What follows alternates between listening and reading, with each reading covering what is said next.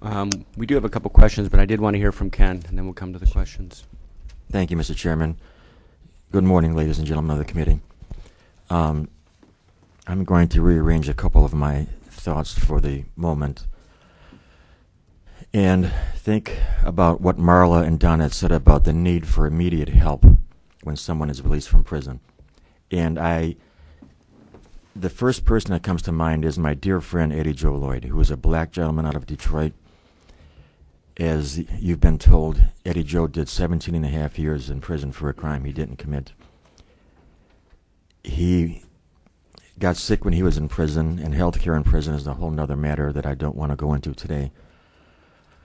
But I went to see Eddie Joe about a week before he passed away, and I told him that if the good Lord would call him home, I would keep up this battle for fairness, for justice, not only for him, on his behalf and on behalf of my father, who I lost, unfortunately, when I was still wrongfully imprisoned. My dad died on Memorial Day of 2000. I beg each and every one of you to realize the need for immediate help, especially mental help, for someone who's been wrongfully imprisoned. You can't imagine what it's like. And I just want to read this statement, and then I will fill you in with some good news, okay? Ladies and gentlemen of this committee, I want to personally thank you for giving me the opportunity to appear before you today, as I have in the past, with the hope that you will better understand the plight and suffering of the innocent men and women who have been wrongfully and unjustly imprisoned in our state for crimes that they did not commit. I know that many of you have concerns as to why do I think the state of Michigan should be liable to pay compensation to the wrongfully imprisoned. Some of you may seem to think that the county in which the trial took place, as well as the local police agency, should be held accountable and bear the burden of any liabilities. And to an extent, I agree with those thoughts. However, here is the simple reason that I believe that the state of Michigan should be obligated to pay restitution to the wrongfully imprisoned. Excuse me. If you would look at the first page of any court proceedings charging anyone with a felony, the language, which we all know is standard, reads like this, as it did in my case. The people of the state of Michigan, plaintiff. The people of the state of Michigan, plaintiff, versus Kenneth Wyniemko, defendant.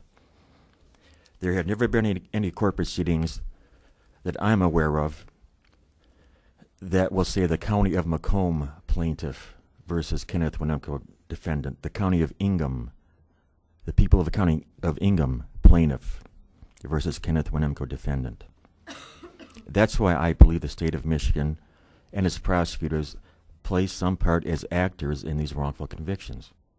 And it's only fair, I believe in my heart, that the state should offer compensation to those people who have been hurt so much.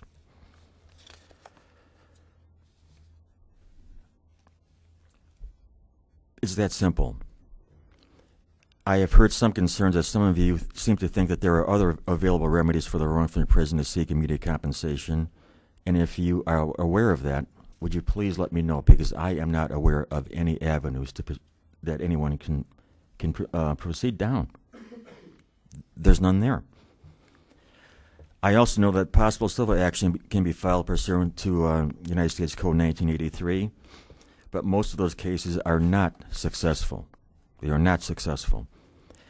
And even if they are successful, a final resolution can take years, even decades, before some type of agreement is reached.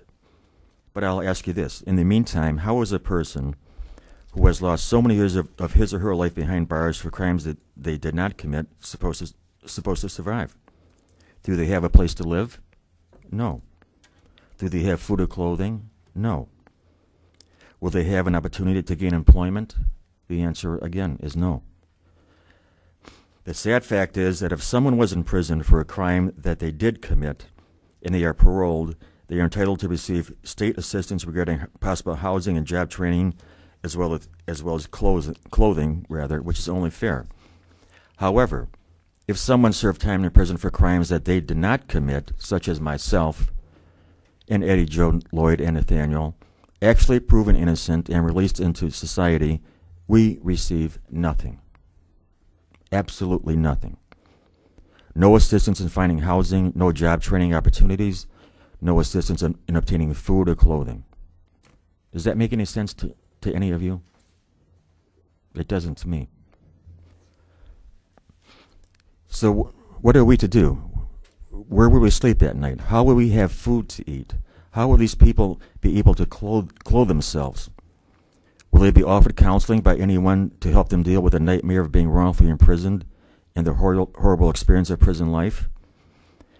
I was asking myself those questions on June 17th, 2003, after spending nearly a decade in prison for a rape that I did not commit. I had absolutely no idea how I was going to survive each day.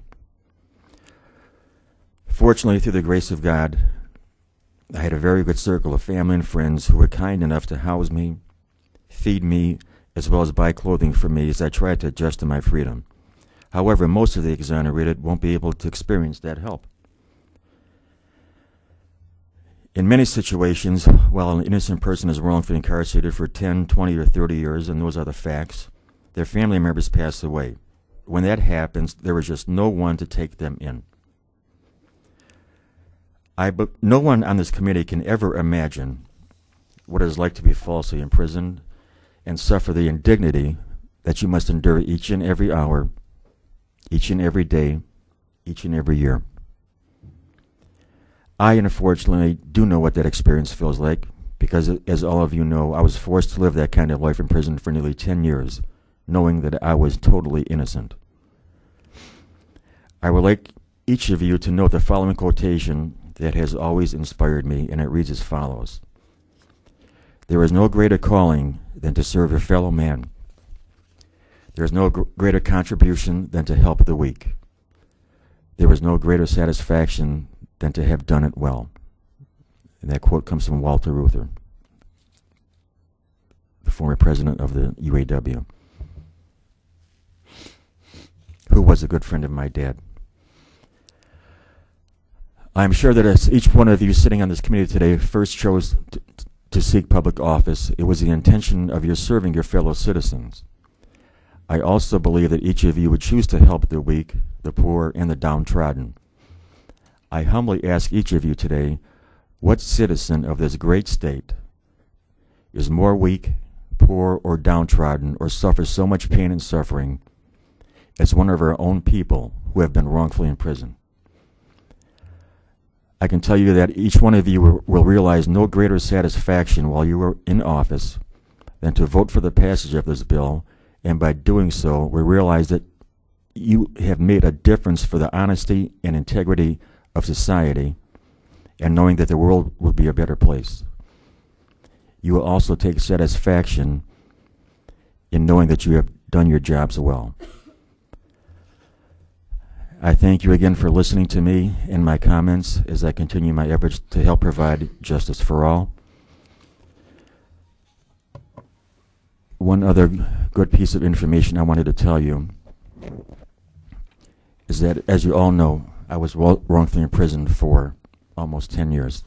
We received news last night that the real perpetrator in my case has been identified by the Michigan State Police by a positive DNA match. That news will be released either later this afternoon or tomorrow.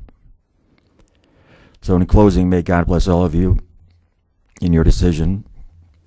May God bless each and every citizen of Michigan, and may God bless America. Thank you so very, very much.